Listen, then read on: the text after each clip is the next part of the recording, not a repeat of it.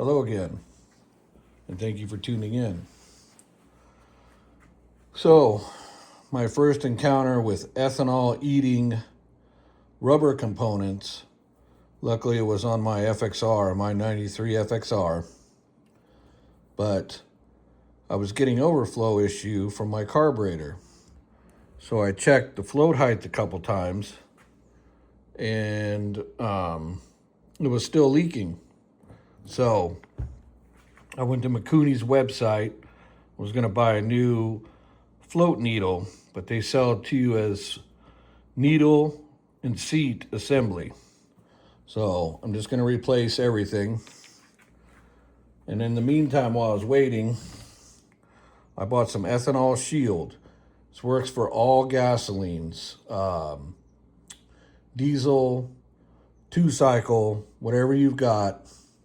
So if you've got an older motorcycle or lawn equipment and you're having carburetor issues and you're sure that it's not a clogged jet and you're sure it's not a float issue,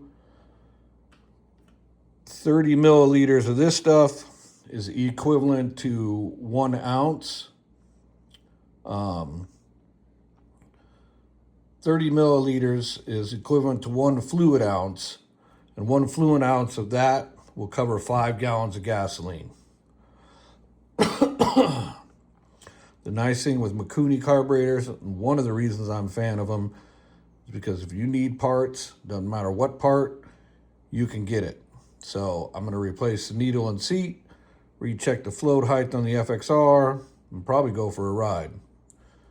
I know there is videos for removing ethanol from your gasoline, but it creates a biohazard.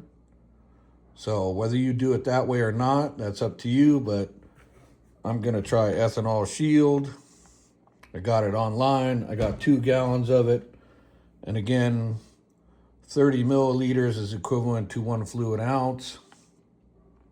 And 1 fluid ounce will cover 5 gallons of gasoline and keep it ethanol free and stabilized for a year.